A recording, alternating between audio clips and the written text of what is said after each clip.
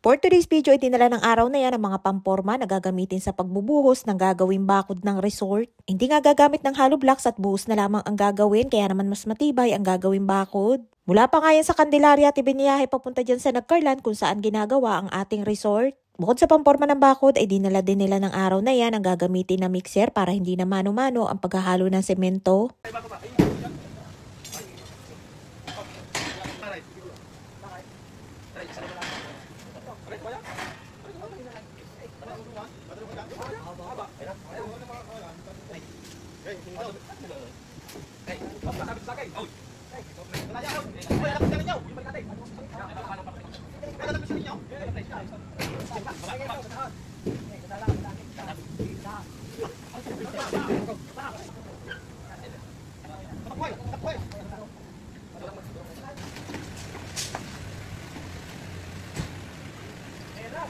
Ay nga't ng mga sumunod na araw ay naglagay na din sila ng mga pamporma sa baba at sa poste ng gagawing bakod. Buhos na nga lamang ng buhos ng semento ang kanilang gagawin at hindi na kailangan magpatas ng mga hollow blocks. Yung patag na lupa nga lamang ang lalagyan ng semento na bakod at yung papaba naman na papunta sa may ilog ay steel matting na ang gagamitin. Bakod pa nga lamang ay magastos na at nagpa-compute nga ako kung magkano magagastos ay halos na doble yung aking budget na nakalaan para sa gagawing bakod. Bakod pa nga lamang ay litong-lito na ako at nung una nga ay binala ko pa na kawayan muna ang ipalagay dun sa gilid. Nung una nga sarap magplano ng gagawin pero nang umabot na sa kwentahan kung magkano ang magagastos, abay nakakasakit na ng ulo. Pero sige lang, ang mahalagay na simulan at hanggat meron ay di tuloy at kapag wala na ay ditigil. Pangarap ko nga na may patapos ang resort na yan para habang nandito ako sa Israel ay may paglalaanan ako ng aking kinikita.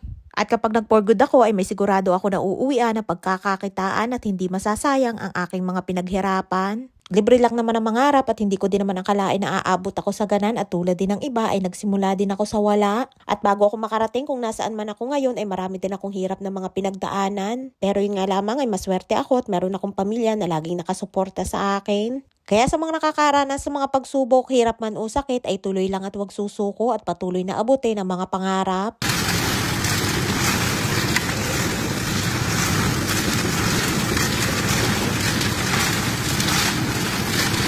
At tulad nila ng mga construction worker ay kahit gaano kahirap ang buhay ay patuloy na lumalaban at nagsusumikap. Hindi man madali ang buhay, ang mahalagay lumalaban ng patas at marangal ang trabaho. Ayun nga, nagsimula na silang gumamit ng mixer ng araw na yan dahil kailangan ay madamihan na at magsisimula na silang magbuhos ng gagawing bakod. Hindi na nga nila kailangan maghalo ng mano-mano at basta na lamang lagay ng lagay sa mixer.